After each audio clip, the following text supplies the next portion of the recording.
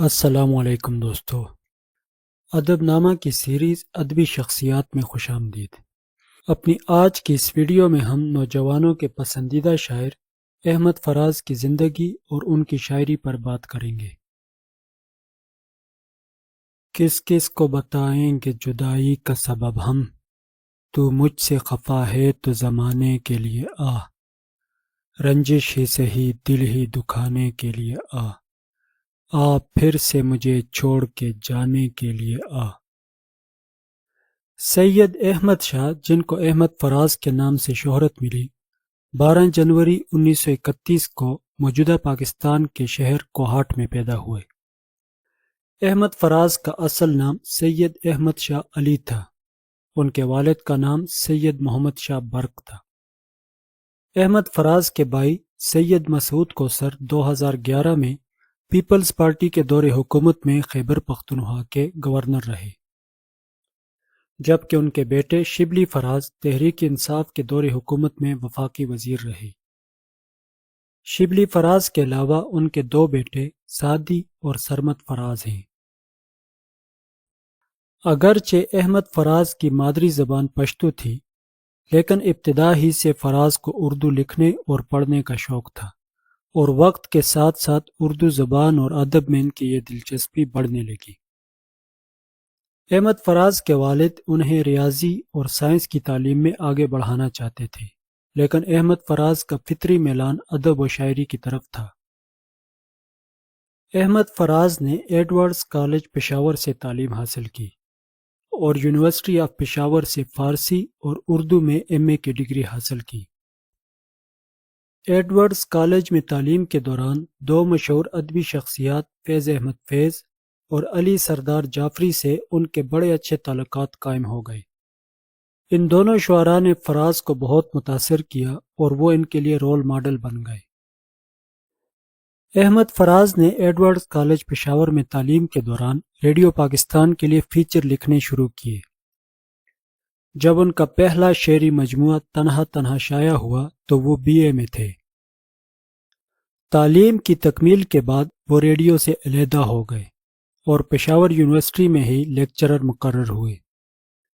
اسی ملازمت کے دوران ان کا دوسرا مجموعہ درد آشوب شائع ہوا۔ اس مجموعے کو پاکستان رائٹرز گلڈ کی جانب سے آدم جی ایوارڈ بھی عطا کیا گیا۔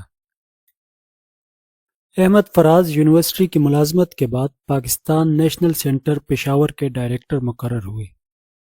1976 میں جب اکادمی ادبیات پاکستان قائم ہوئی تو احمد فراز کو اس کا پہلا سربراہ بنایا گیا، لیکن کچھ عرصے بعد جنرل ضیاء الحق کے دور حکومت میں فوجی حکومتوں کے خلاف لکھنے کی پاداش میں انہیں گرفتار کیا گیا۔ اس گرفتاری کے بعد انہوں نے خود ساختہ جلاوطنی اختیار کر لی۔ وہ 6 سال تک برطانیہ، کینیڈا اور یورپ میں مقیم رہے۔ 1988 میں جب محترمہ بینظیر بھٹو وزیر اعظم بنی تو احمد فراز واپس پاکستان آئے۔ اس کے بعد وہ 1989 سے 1990 تک چیئرمین اکادمی پاکستان، 1991 تا 1993 چیئرمین لوک ورثہ اور 1993 سے 2006 تک نیشنل بک فاؤنڈیشن کے سربراہ رہے۔ احمد فراز کو جدید شعراء میں ایک اہم مقام حاصل ہے۔ ان کا انداز تحریر سادہ اور سلاست سے بھرپور ہے، لیکن اس میں حد درجہ نفاست پائی جاتی ہے۔ عام آدمی بھی ان کی شاعری کو بڑی آسانی سے سمجھ لیتا ہے۔ کہا جاتا ہے کہ احمد فراز نے اپنا پہلا شعر اس وقت لکھا جب ان کے والد ان کے لیے عید کے کپڑے لائے۔ ان کے والد کے لائے گئے یہ کپڑے احمد فراز کو بالکل بھی پسند نہیں آئے۔ اس موقع پر انہوں نے یہ شعر کہا: سب کے واسطے لائے ہیں کپڑے سیل سے، لائے ہیں میرے لیے قیدی کا کمبل جیل سے۔ احمد فراز کی شاعری جن 2 بنیادی رویوں سے مل کر تیار ہوئی ہے وہ مزاحمت اور رومان ہے۔ ان کی شاعری سے ایک رومانی، ایک نو کلاسیکی، ایک جدید اور ایک باغی شاعر کی تصویر بنتی ہے۔ انہوں نے عشق، محبت اور محبوب سے جڑے ہوئے ایسے باریک احساسات اور جذبوں کو شاعری کی زبان دی ہے جو ان سے پہلے تک انچھوئے تھے۔ اگر احمد فراز کی شاعری کے مزاحمت کے پہلو پر نظر کی جائے تو ان کی شاعری میں مزاحمتی رویے بڑی شدت سے ملتے ہیں۔ 1971 میں سقوط ڈھاکہ کے موقع پر جب فوج نے ہتھیار ڈالے تو احمد فراز فوج کے ہار ماننے پر کافی نالان تھے۔ اس بات کا اندازہ ان کے اس شعر سے لگایا جا سکتا ہے: عدو کے سامنے ہتھیار ڈالنے والا کوئی فراز سا کافر نہیں تھا، غازی تھا۔ انہوں نے فوجی حکومتوں کے خلاف بہت کچھ لکھا، جس کی وجہ سے انہیں گرفتاری اور جلاوطنی جیسی مصیبتیں برداشت کرنا پڑیں۔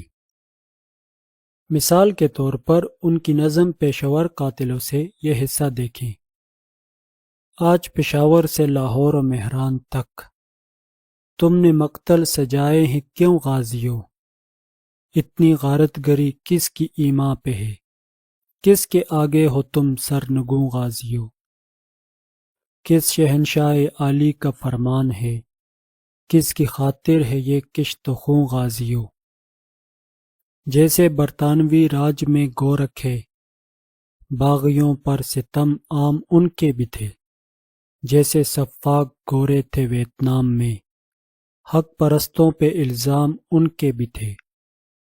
آج تم ان سے کچھ مختلف تو نہیں، رائفلیں وردیاں نام ان کے بھی تھے۔ اس کے علاوہ محاصرہ اور مت قتل کرو آوازوں کو احمد فراز کی ایسی نظمیں ہیں جن سے ان کی شاعری کا مزاحمتی پہلو کھل کر سامنے آتا ہے۔ احمد فراز کی شاعری کا دوسرا بڑا پہلو رومانوی پہلو ہے۔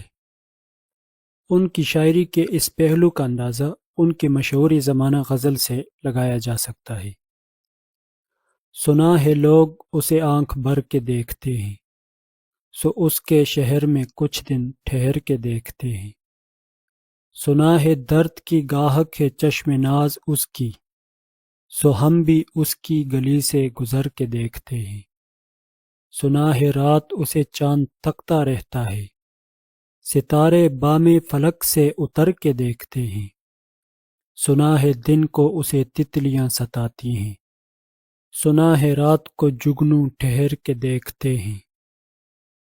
احمد فراز کے ہاں رومانوی موضوعات کے علاوہ سماجی اور سیاسی عوامل سے پیدا ہونے والے احساسات اور جذبات بھی اپنی پوری شدت سے ملتے ہیں۔ تم تکلف کو بھی اخلاص سمجھتے ہو فراز، دوست ہوتا نہیں ہر ہاتھ ملانے والا۔ ان کی شاعری کا کینوس محدود نہیں، وہ سماجی اقدار کے بہت بڑے علمبردار تھے اور انہیں اپنی اقدار کی پامالی کا بہت دکھ تھا۔ وہ کہتے ہیں: محبت ان دنوں کی بات ہے فراز، جب لوگ سچے اور مکان کچے تھے۔ بلا شبہ احمد فراز اپنے عہد کے سب سے مقبول ترین شاعروں میں سے تھے۔ پاک و ہند کے مشاعروں میں جتنی محبتوں اور دلچسپی کے ساتھ فراز کو سنا گیا ہے، اتنا شاید ہی کسی اور شاعر کو سنا گیا ہو۔